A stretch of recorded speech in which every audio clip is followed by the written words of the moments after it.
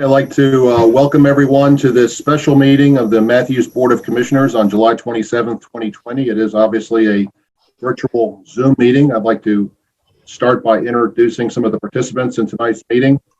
First, we have Commissioner Dave Bland. Hello. Commissioner Larry Whitley. Hello. Mayor Pro Tem Renee Garner. Hi. Commissioner Ken McCool. Commissioner Jeff Miller.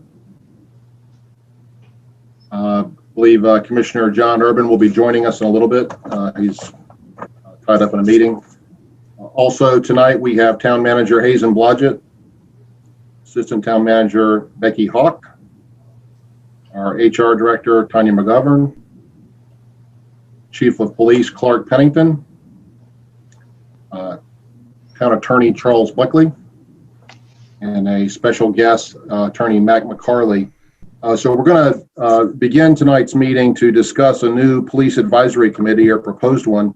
And Hazen, would you like to set up the discussion for us, please? Yes, sir. So members of the board, as you guys are aware, Chief Pennington has done a great job really kind of talking about where does the organization need to go in the future, both as far as CALEA, which is a national certification for police departments, and then 21st century policing. And both of those, particularly 21st century policing, do talk about some kind of advisory board that helps the department, and particularly the chief, kind of stay abreast or in touch with, what's out there in the community. And so we asked Mac McCarley, who does a lot of HR work and used to work for the city of Hickory, who's got intimate knowledge of review boards, really to prepare something for us and then share it with the board. Clark, I don't know if you have anything you want to add, but that's my comments. I don't know that I have anything really to add other than as this conversation continues. So just to give a little bit of a background and history before you take this over, Mac, to talk about advisory committees. In 2019, those of you that were on the board, I sent an email out. It was around February 2019, looking for input and soliciting names of community members, business owners, members of the Matthews community that might be willing to serve on a police advisory group. Basically being able to, tap into their wealth of knowledge within the community, being mainly a temperature gauge, what's happening in the community, how is the policies and procedures of the police department impacting the town of Matthews, and what type of input can we get from them to make us better, really to build on that first pillar of the 21st century policing. And I'd love to go into the whole, every part of the 21st century policing, but it is a rather lengthy document. But the first pillar is building legitimacy and trust. And really to do that, we proposed back in 2019 to really move this thing forward. Unfortunately, some things came up in the meantime and we weren't able to kind of process that through, but we are willing and wanting to do that now, and that's kind of what this presentation is all about. But I think before we can move forward, we do have to clarify and clean up maybe some misunderstandings of what a police advisory group is, what can they do, what can't they do, and which route do we want to go as the town of Matthews. Before we go on with Mr. McCarley, I'd like to add that I failed to introduce Town Clerk Lori Canapino. Thank you, Lori. Our Planning Director, Jay Camp, is also, I see, participating, and our intern, Lucia Paulson, is also with us. So, Mr. McCarley. Thank you, Hazen. Mayor and members of the board, I'm Mac McCarley, and different from what Hazen said earlier, I was not the city attorney in Hickory. I did 13 years as city attorney in Greenville and was also the police attorney, and then did 17 years in Charlotte as the city attorney. Early on in my tenure in Charlotte, there was a very unfortunate period of time, and I don't remember exactly the number of months, but it was something around 9 to 12 months. There were 3 killings of unarmed black citizens by Charlotte Mecklenburg Police Department members. Obviously, all of those had their own very specific facts and circumstances, but as you can imagine, 3 deaths in a short period of time, all at the hands of the police, caused a great deal of community concern. Out of that grew the 1997 Citizens Review Board in Charlotte. So I've had some experience with this issue, and I've also done some research on it. So let's talk through the three different kinds of citizen review that are common in America. The first of those is what's called the investigative model. That is really only appropriate in the largest cities in the country, places like New York, Los Angeles, Chicago. What that involves is a separate investigative unit, not part of the police department, but a separate investigative unit with a citizens board as part of it to review any excessive force cases or complaints of inappropriate behavior by police officers. But that really is appropriate only in the largest cities. The more common view is the review board. And that's, as you can tell by the name, it's a review. So if there's an excessive force case or some other misconduct claim, and a citizen or the community doesn't believe that the police chief has appropriately handled the matter, they can take that claim to a citizens review board to look at, as it says, review the same material that the police chief reviewed, and then make a recommendation. Notice it's not a decision, it's a recommendation back to either the chief or to the town or city manager for a different result. That is what the Charlotte board is. The third model is what's called the audit model, but I think I would prefer to call it the policy and procedure model. And this is one where instead of having a backward look at what happened in a claimed misconduct case, the board has a forward-looking mission, which is to look at policies and procedures to help improve the efficiency and the operation and the community confidence in the police department. So those are the three models. And before we move on to a discussion of pros and cons and what might work for Matthews, do any members of the board have questions about those three models? Good to go? All right. Good.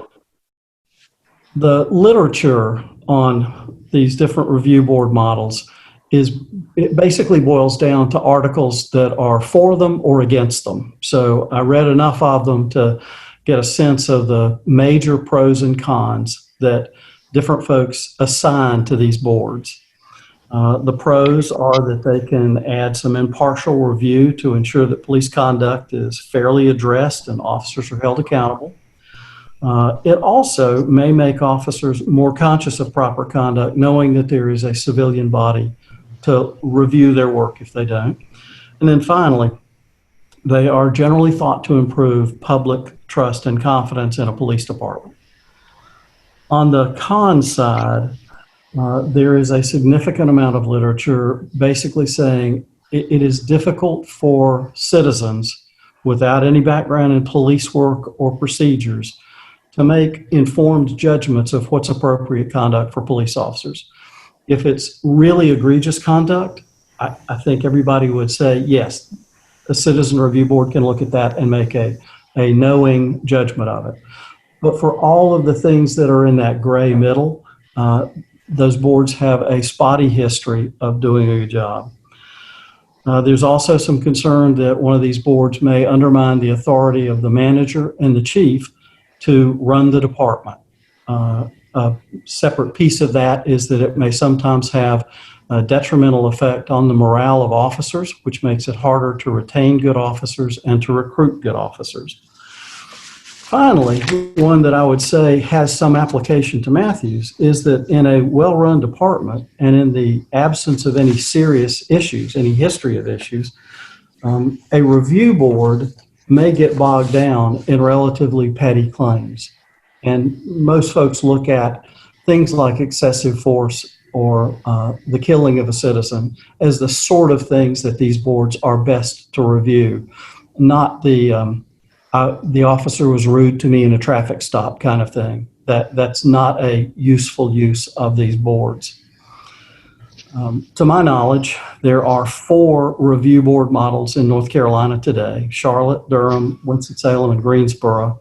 And then one audit model, which is relatively new. It's only about 7 or 8 months old, and that is in Raleigh, where it is focused on reviewing policies and procedures and giving citizens an opportunity to have meaningful input on those policies and procedures, a forward-looking approach. There are 3 other cities that, to my knowledge, are looking at them currently. That's Asheville, Wilmington, and Fayetteville. I would note for you, just as a comment, that all of those cities are larger than Matthews, and all of those cities have a little bit different history with police misconduct than Matthews. The good news here is that you don't have a bad history of police misconduct. I'm not advising you to start a board or not to start a board, but if you start a board, my professional opinion is that the more meaningful board for Matthews would be one that looks at policies and procedures, that looks at the department going forward, that looks at ways to improve the public image of the department, to improve citizen input into how the department runs its business. So that's most of what I had to say. I will be glad to answer your questions. Mayor? All right. Does anyone have any questions? I have a question, Mayor. Yes, Reverend Whitley. Thank you, Mr. McCall, for I read your memo that you sent out, and I concur. And just to give you a little background, I am a retired North Carolina State trooper, retired the captain, so I'm a little bit familiar with some of these review boards and policy with police, and I know where the chief is going and what he's trying to implement with Kalia. And from your recommendation, I see that you recommended that the audit, and I think that would fit us if that's what the board would like to go to, just to look at the policy and procedure, because we don't have a lot of issues in Matthews with the police department. But I appreciate you at least giving and explaining, because a lot of time when people hear now citizen review board, they think the police department is doing something bad, but that's not necessarily so. It can also give us more credibility where the people and the citizens have more trust in time, especially in time with them now. But thank you, sir. Thank you, Commissioner Whitley. Any other questions? Chief Pennington, would you like to, I'm sorry, go ahead. Representative Garner. Well, Dave also had his hand up. I don't know if he had it up for me. Well, my thoughts are, I sort of concur. We don't really, I've been keeping pretty close. I haven't really seen any big problems. And my question to the chief would mainly be, is this something that he would welcome as far as, helping the department, like move forward and develop a closer relationship to the community? Or, is this something that's just going to create more work, that doesn't really, sometimes you can create issues and problems for yourself where none exist. And I don't know that I want to create problems unless there is something that we're trying to fix or make better. And that's just where I like to hear what the chief's got to say. Okay. Well, where I'm at, first off, let me just say you guys are absolutely right. The Matthews Police Department, we do not have a large issue here of some of the things that larger cities see, which I completely agree with you guys. I will tell you that a lot of that is because of the hard work that's gone in to this police department by the people that preceded me and the current people that I work with. You look at people like Becky Hawk, and you got Tanya McGovern, and we work with Mac McCarley, and the town manager has led this charge of further professionalization. And I say further professionalization because this police department, as I said when I first came here, was a well-run organization that when I came into, I was blessed to be here. And my goal is to leave it better than it was when I found it. So we have all worked together, exponentially to kind of improve not just the police department, because I know Becky and Tanya and Hazen do really good work in all the other departments. But what I'm saying is we don't have a problem because of the hard work, the caring attitude that we have within our town administration. But I do believe that moving this forward, look, I've said it probably 100 times around the station, 21st century policing is really the Bible of policing. Really, it's our guide and our focus moving forward. How we should be running an organization is contained within those 100 pages within the 21st century policing. And one of those recommendations, which we're always evaluating, is to always get input from the community. Look, we think we know what they're saying. We think we understand where we stand with them, but it's always nice to have a committee or a group that answers, or I should say, presents information to the chief for evaluation of new policies, evaluation of processes, takes those changes to the town manager, the assistant town manager, and we make them work. So I welcome hearing from the community every single day. I do think that this process, run correctly and evaluated on an annual basis, is a good thing for Matthews. But again, if we find that it is going to be more work, Commissioner Bland, to be honest with you, everything we do, every new project we bring on is additional work. Every new project we bring on that's beneficial to the town is worth the hard work. So I don't mind putting in the hard work to make sure that we're getting the feedback from the citizens that we should be getting, and making sure we have an ear open to those concerns and to that feedback. So I'm not opposed to this. I do think that it has to be run appropriately, and the guidelines have to be put in place that are going to be beneficial. Well, my thought is the amount of energy and work that would have to put into it. Is it going to be taking you away from other things that are more important for you to work? You know, if you don't have a problem, I say all the time, people create problems when they don't have enough to keep themselves busy, but you got plenty to keep you busy. That's just what my initial concern is, but I'm happy to put something else on your plate if you want something, you know. But yeah, no, and I appreciate that. And I think you're right. I do have plenty to do. And I think this is where Hazen's been a really good leader for me, is trying to keep me kind of corralled, if you will, because I do want to run 110 miles an hour. I would love to put all kinds of positive changes in place that are going to make us better. But you're right. This is going to take time. It's going to take energy. It's going to take effort. It's going to take me meeting with citizen group, this advisory group, after hours, which is going to take me away from either family time or other work time. So I appreciate that. It is, again, as I said before, I'm not opposed to hard work, but I guess we're just trying to see what the temperature of the board is on this.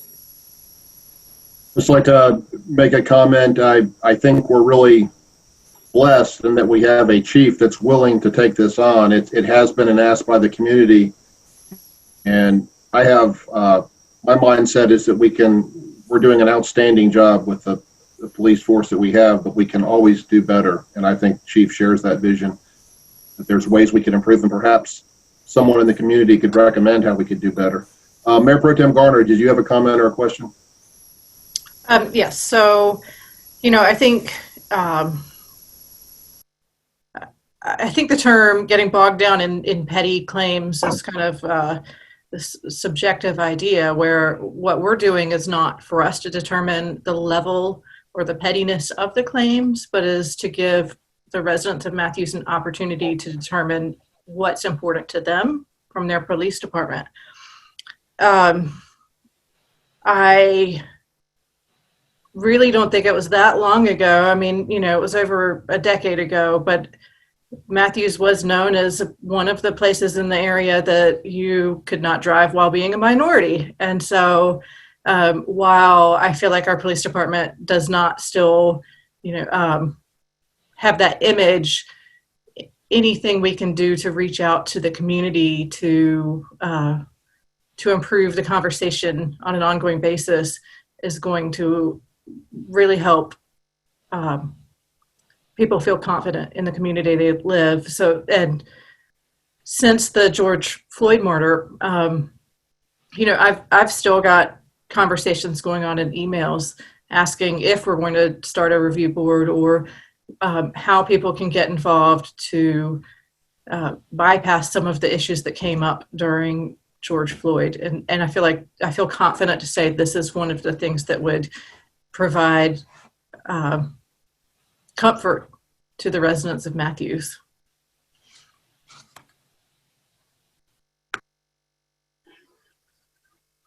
All right, is anybody that hasn't spoken want to weigh in on what you think? Commissioner McCool? Commissioner Miller? Yes. What is the motivation or the end game on this advisory committee to bring one formed of citizens and maybe, well, to be determined? What is the motivation of it? Is it to instill more trust in our citizens of the police department?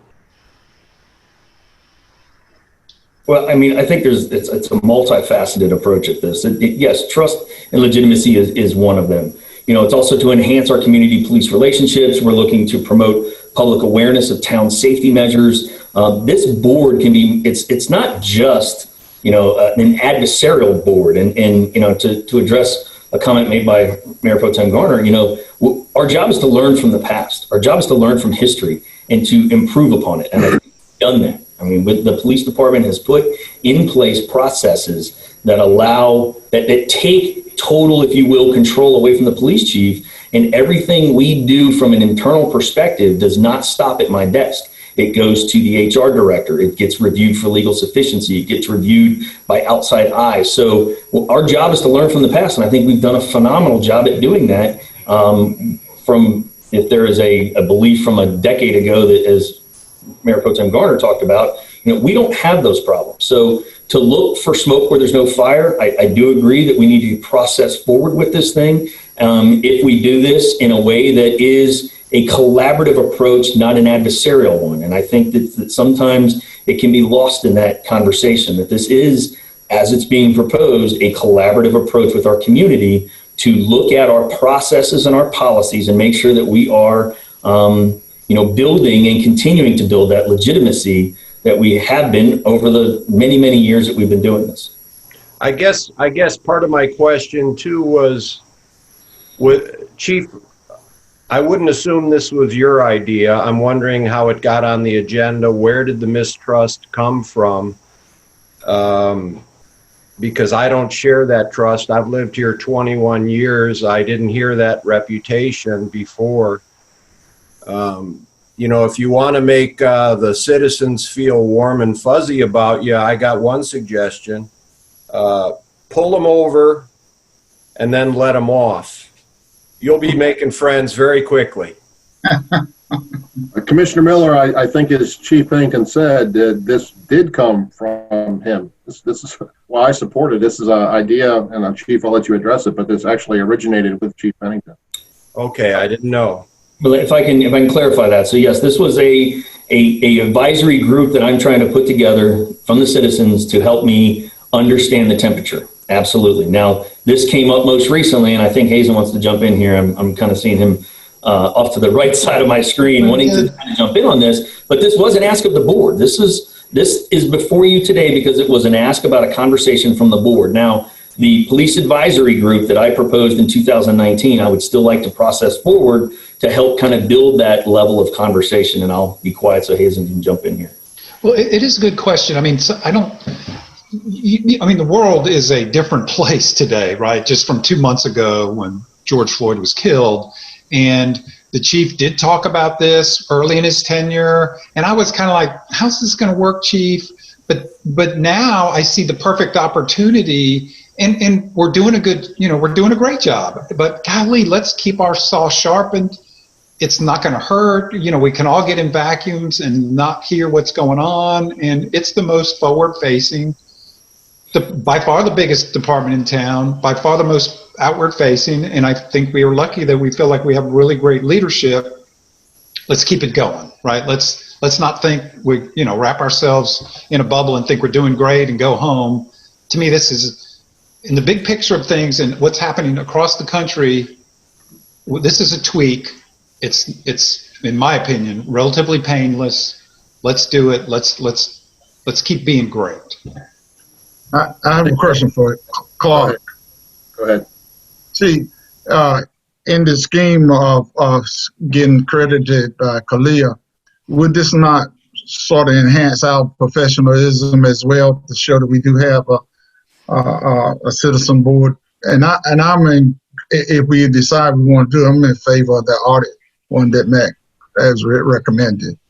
But would that not enhance CALEA as well too, Clark? It is not a requirement of CALEA. It is not something that the commission requires of accredited organizations. Again, though, I think we got to talk about them in two different conversations. Is CALEA is going to help us put our policies and processes in place that are going to be best practices. This Chiefs Advisory Committee or advisory group is going to help us maintain connection with our community, hear from them on issues that impact the community and they impact the police department. So I think they're two different conversations, but I do agree with you, Commissioner Whitley, that the two of them help propel us further in professionalism.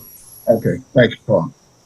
The comment I was going to make was it seems that we would be in pretty good company with some of the other towns that have undertaken these advisory boards that Mr. McCarley mentioned. Mayor Pro Tem Garner, do you have another question or comment?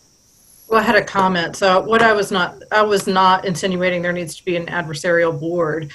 I think that, as Commissioner Miller stated, not having seen any sort of bias in the past, we are limited by our own frame of reference. And by having a citizen review board, we welcome other experiences to the table, and that does enhance the professionalism and the understanding of how the police department functions in our community.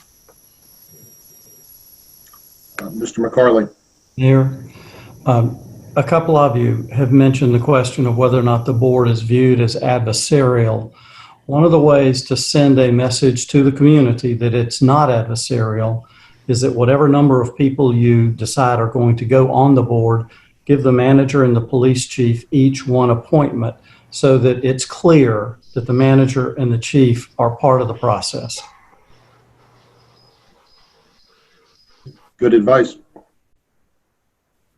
there any other questions or comments? Commissioner Urban has joined us a few minutes ago.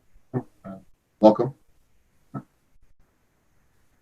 Mr. McCarley, quick question. From your experience with the other review board, what's a good number that they usually have for these boards? 5 to 7. That's what I was thinking.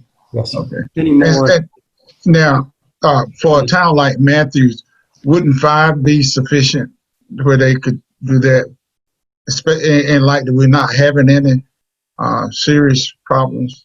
Well, here's what I would request is that you guys put a little bit of faith and trust in me in kind of moving this thing forward. Let us work through a lot of those, I guess, details. Because as I had recommended, I believe that this advisory group needs to advise me on the temperature of the town, needs to bring items forward to me so that we can address those in a professional audit style process. And I do agree that this continued conversation needs to happen about how many people and where they come from. Similar to an email I sent to the board in February of 19, looking for individuals that the board thought would serve well on this process. And I mean by board, the Board of Commissioners would serve well on this advisory group. I would anticipate we doing something similar to that in the future.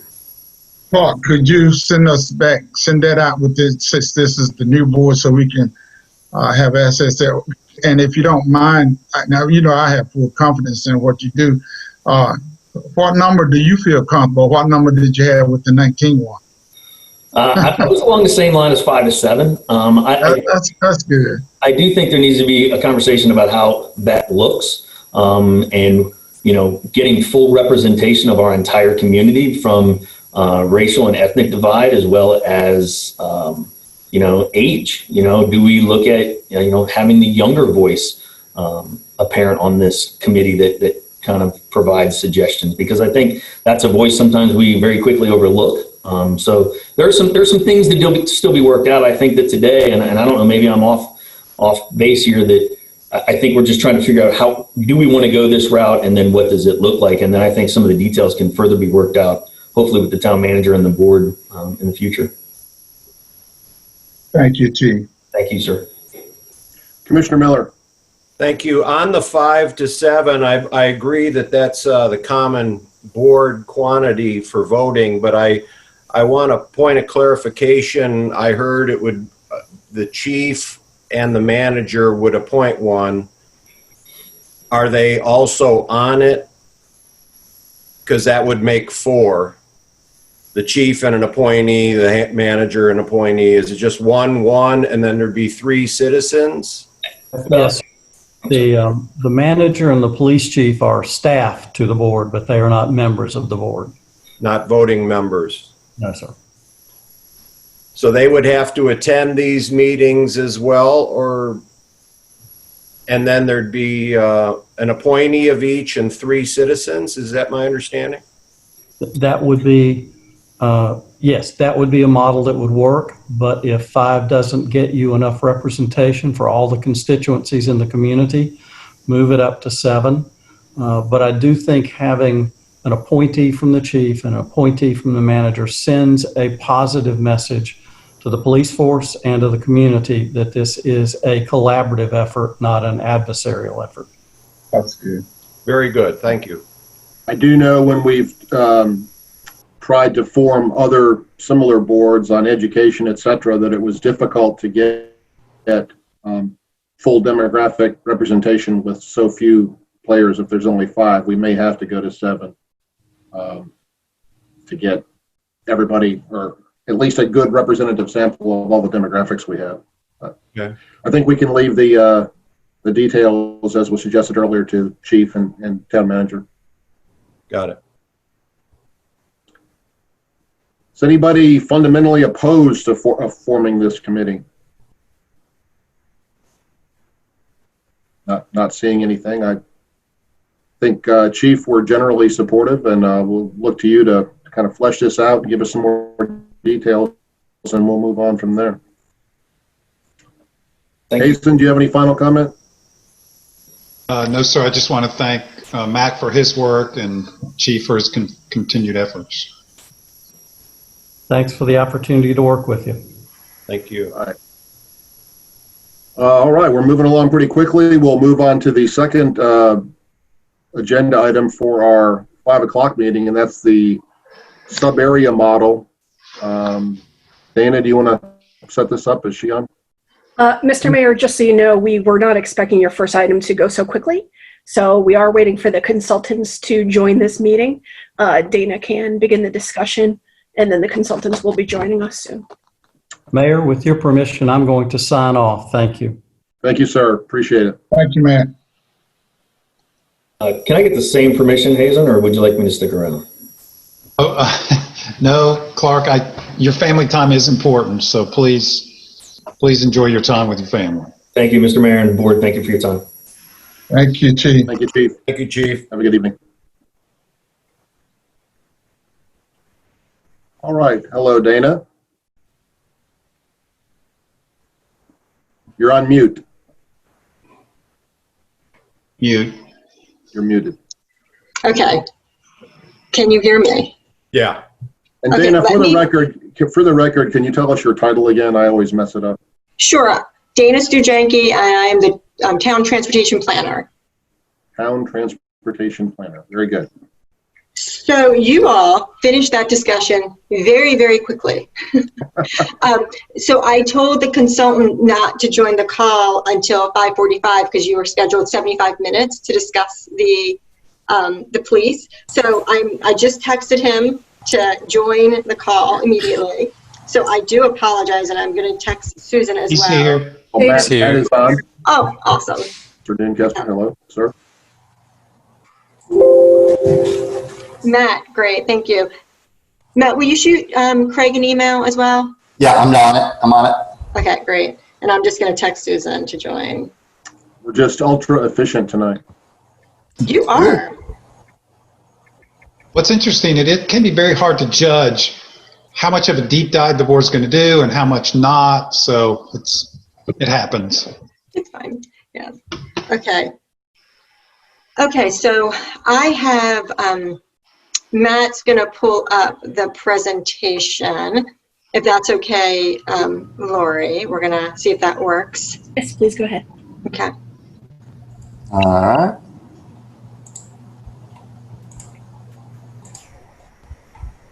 Okay, can everybody see it?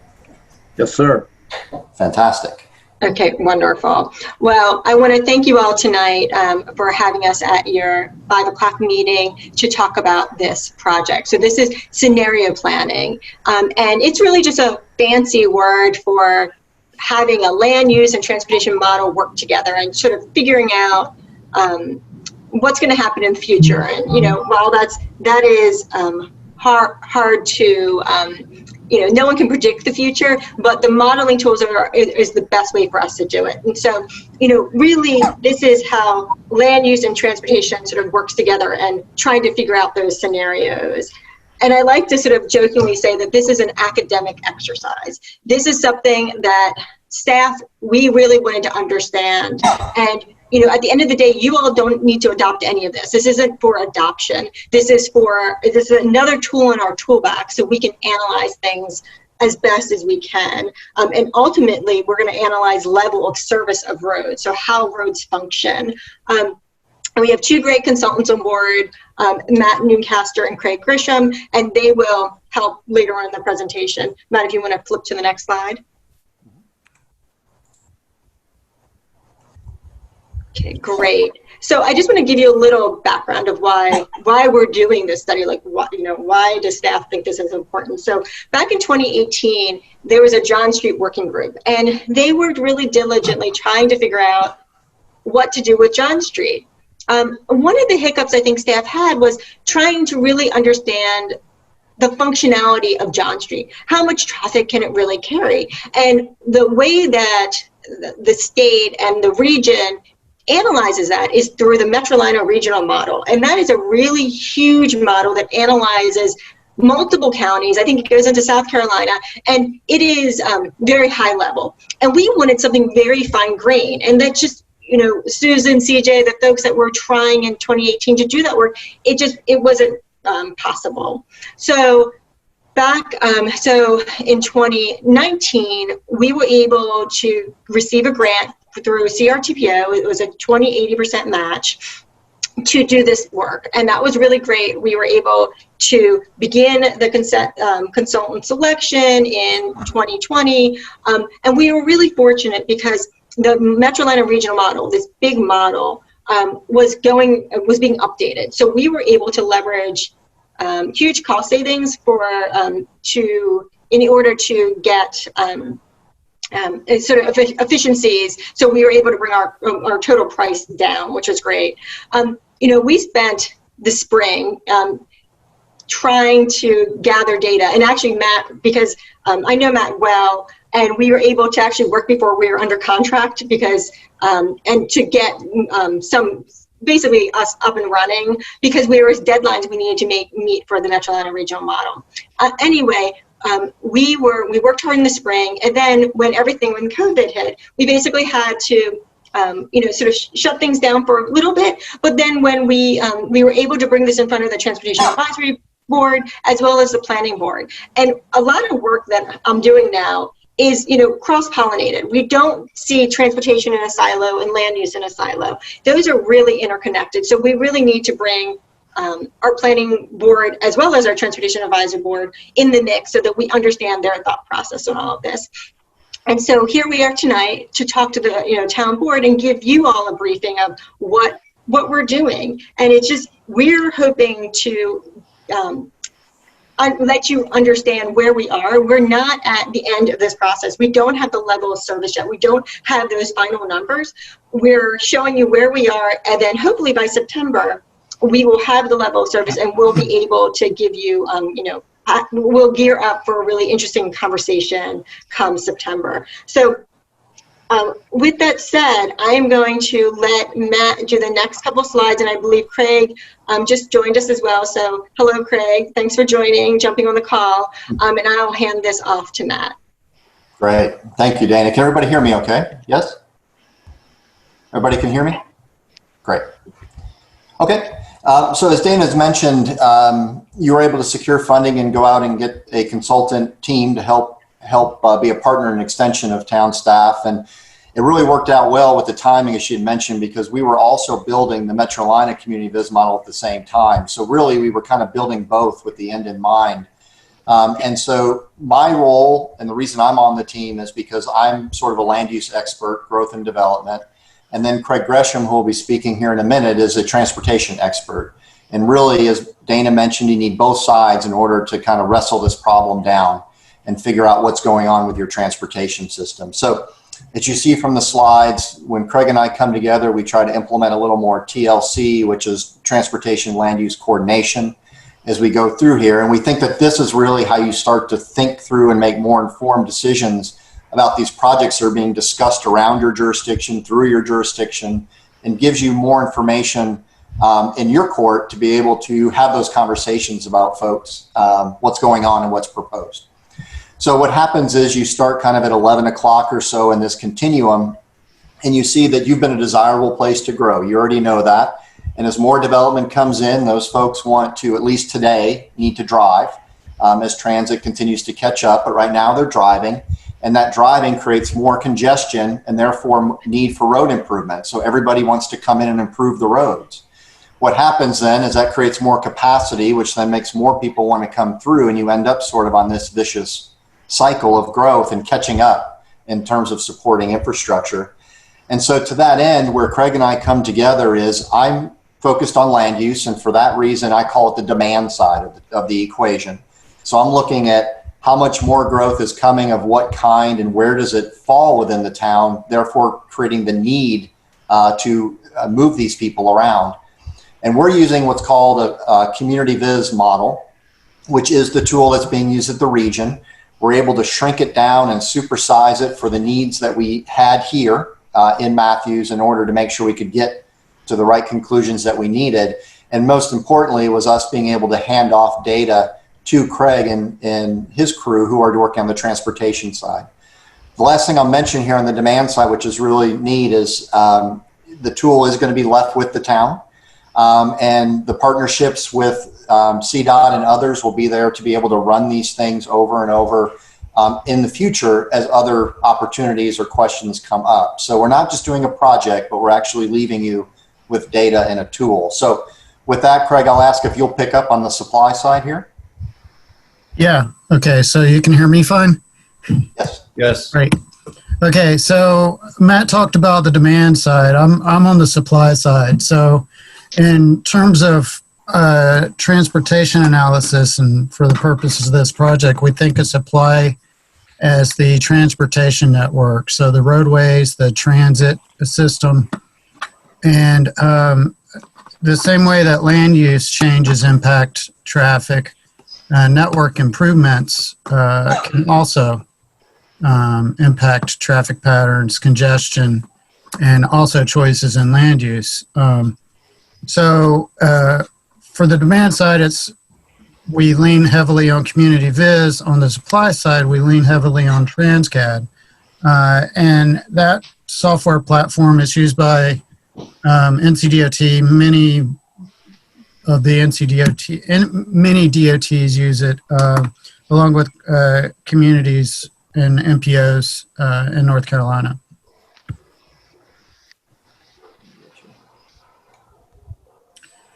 So when we're looking at land use and transportation considerations, you know, some of the things that we're asking about with this particular project, the set of analysis that we're doing. One thing is local versus through trips. You know, how many trips go through Matthews that really want to be on larger facilities like US 74, but their congestion's forcing them to divert. What locations are congestion is right now there's little congestion, but with future growth, future roadway changes, may there be congestion in the future. When we look at changing the street network capacity, what kind of impacts would that have on traffic flow and congestion in the area?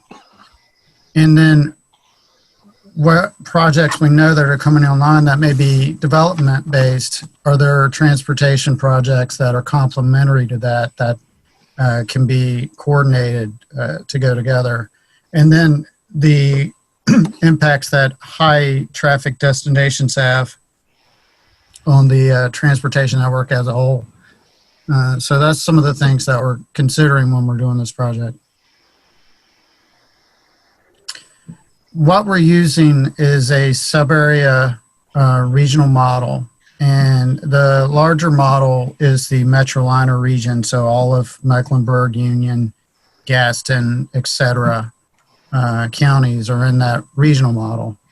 And from that, we're drilling down to the Matthews area where we have, within the region, they store data in traffic analysis zones. I don't know how familiar you are with these, but it's where it stores the housing and employment data that goes into the transportation model. The regional model has 38 traffic analysis zones in this area. And so in the graphic, they're the thick gray lines. You can kind of get an idea of the density of those. And they sync up with the regional network, more or less. For this study, we're breaking that into much smaller zones. And so we've got 137 smaller TAZs, and you can see those small dashed lines, they nest within the regional model TAZs. So if you add the data together from the smaller ones, they add up to what the regional data has.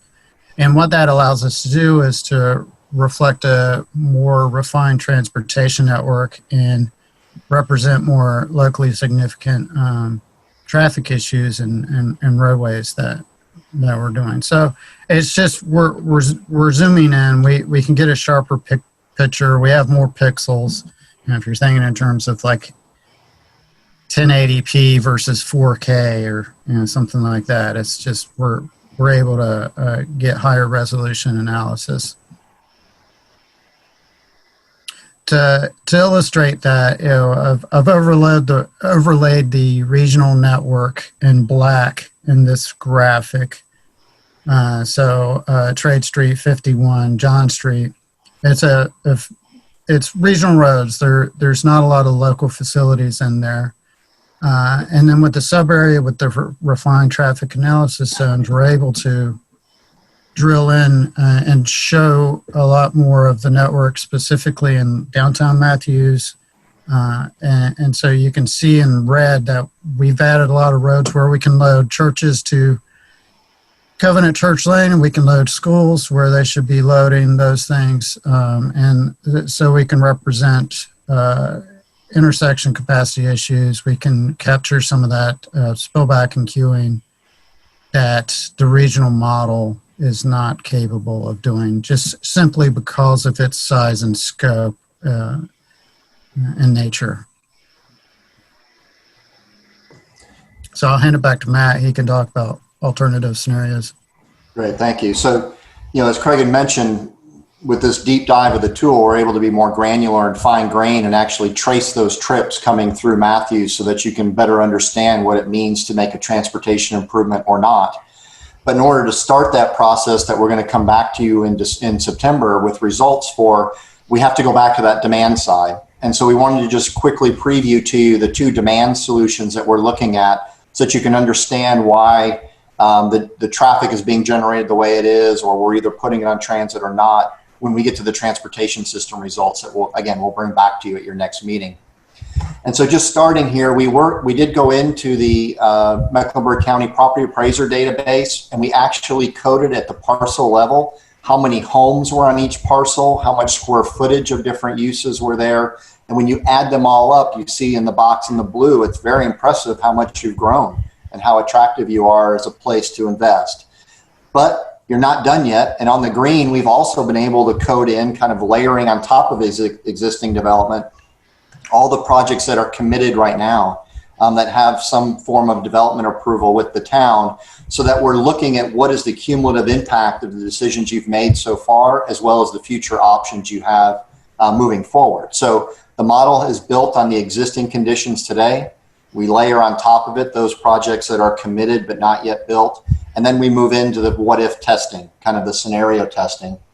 And we're looking at two different scenarios for this project. We're not trying to get too wild so that we can't really track why things are happening. So we're creating kind of two bookends for this process at this time.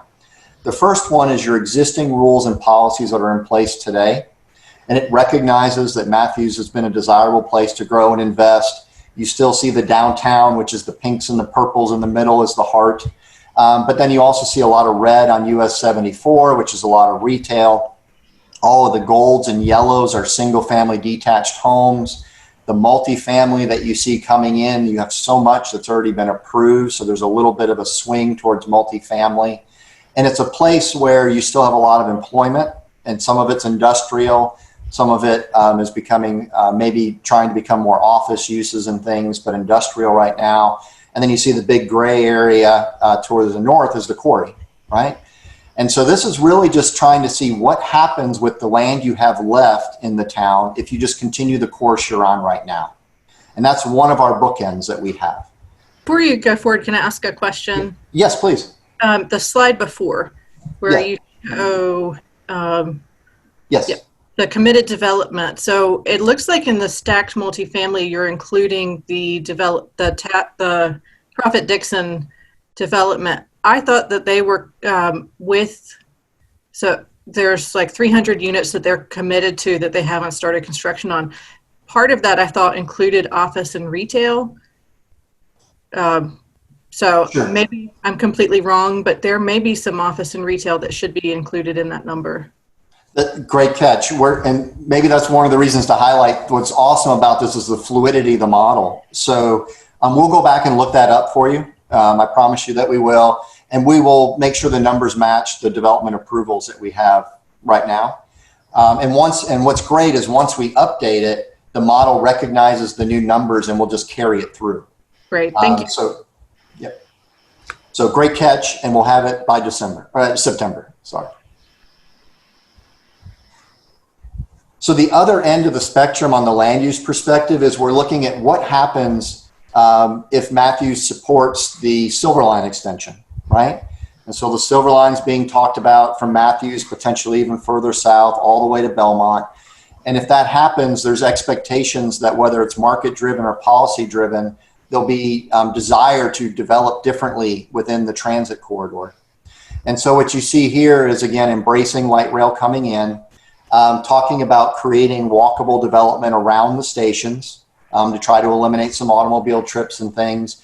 You can see sort of like in the right-hand corner, trying to maybe mix some uses together, but not approaching a density that's too great for what Matthews wants to be, but mixing the uses and putting more density around the transit stops. And then maybe even considering the fact that when people are living in a more dense environment, they need more green in order to go escape to or go live within and relieve tensions or whatever you want to call it, but being able to have this green connection that we look at as well. So scenario 2 is all about what happens if the Silver Line comes to town and what would the land uses be like around it. And to that end, then when you compare the two, it's really important to note that the areas in green, about 19, say call it 20% of the land area in Matthews, those are the areas that are being looked at if they change between the two scenarios. So we're recognizing the fact that a lot of Matthews right now is single family detached neighborhoods. Those tend to want to stay, they're disaggregated, there's a lot of different ownership. We're really just looking at parcels in and around or nearby the Silver Line, as well as some other areas that have been targeted as undeveloped right now, either along 485. You can see even maybe long-term, 100 years from now, you see the quarries even identified as a place that those do redevelop around the edges and those kind of things as well. So we're only looking at, between the two scenarios, a change in about 20% of the land. Everything else is staying the same between the two. And the main difference between them being either stay the course you're on now or embracing the land uses that would be anticipated and expected around a light rail investment.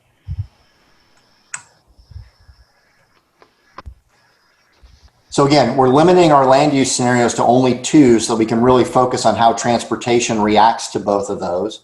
And so we just wanted to preview for you quickly some of the deliverables and outcomes that you should expect starting in September and then moving forward after that. So we will actually do 4 combinations of land use and transportation in order to present to you. You see development scenario 1, again, is existing plans and policies, and development scenario 2 is the Silver Line investment and the land use that goes with it. And so the first thing we're going to do is run both of those land use scenarios against the funded transportation projects list right now. And I won't pretend to memorize them all. Dana will have the whole list committed to memory and she can tell us all about them. But the funded projects that are in place right now, what happens when we have these different land use patterns? What does it do to those different roads that people are talking about and funding right now? And then take those same two land use scenarios and start to say, well, what if some of those things we've contemplated as the town before, what if we want to analyze those? And it's things like, what is the ultimate cross section of John Street and where does it start and end that cross section? How do those other fine grain roads that Craig has mentioned, how do they get impacted by these different decisions? Because now you have more roads in your system that are making up the local community. What does it mean if we change a road capacity? How do those trips divert maybe to another road?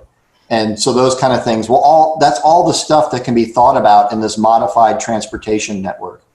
It is not complete yet. We're still brainstorming what goes into that list. And so it'd be great if you have some ideas to just go ahead and blurt them out at us as well so we can think about those. But we will come up with a modified transportation projects list to study against the same two land use scenarios to kind of see how things change. And then ultimately, as we had mentioned, both the community viz model as well as what we're calling the sub-area metro line or regional model, both of those are actual products and deliverables to the town of Matthews. And they're already working with CDOT as part of their partnerships that are in there as the money they get from NCDOT or others to run models. That partnership, they're exploring how they can look at other scenarios in the future kind of on demand when asked. And then we'll also provide, enough of the meat in a summary so that you know what you did, how you did it, and what were the results. So that you'll have that information to lean on when you're having discussions about maybe which way to go on your recommendations or reactions to projects or even land use decisions that are occurring. And then maybe in the future, you can use these models for other projects within the town as well. So with that, I'll stop there, knowing that in September, we're coming back to you with actual results for the 4 scenario combinations that you see on the page. And I would like to add that, the bookends is really critical. Having a limited budget, what would be the best use of Matt's time and our time so that we understand sort of the extremes. And so, we're doing the land use that is sort of the existing scenario, and then we will be doing sort of what I see in my mind is sort of the extreme scenarios. If light rail comes and if the densification happens around the stations, like what is the 2 bookends, and then understanding, what we can do in between those 2 bookends. So just wanted to throw that out there, but we are happy to answer any questions, and we throw a lot at you. So, Okay. Thank you, Matt and Craig. Are there any questions on, I want to throw up the gallery view, Lori, so I can see everyone?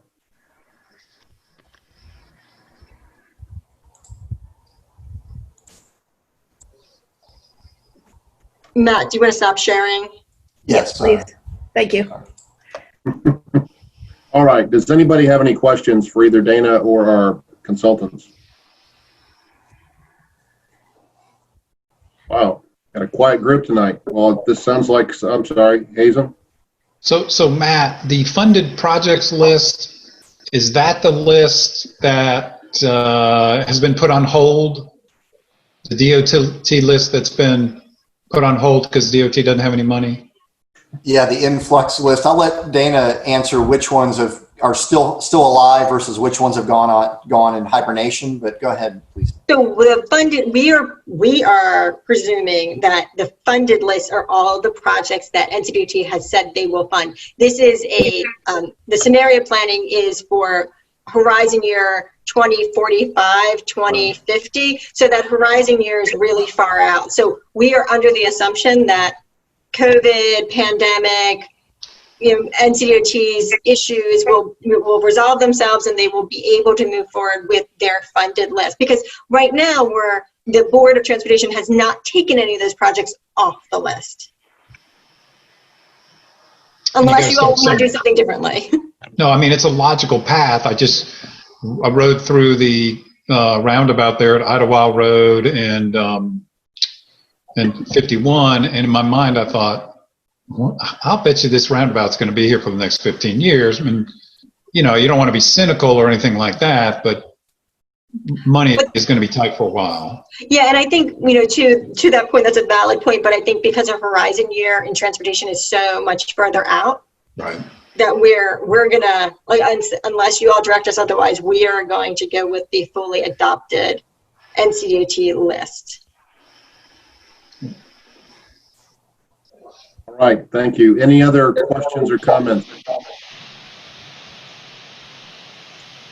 Seeing none, thank you, gentlemen. Thank you, Dana. And Hazen, I suppose we can take a break till 7. Is that correct?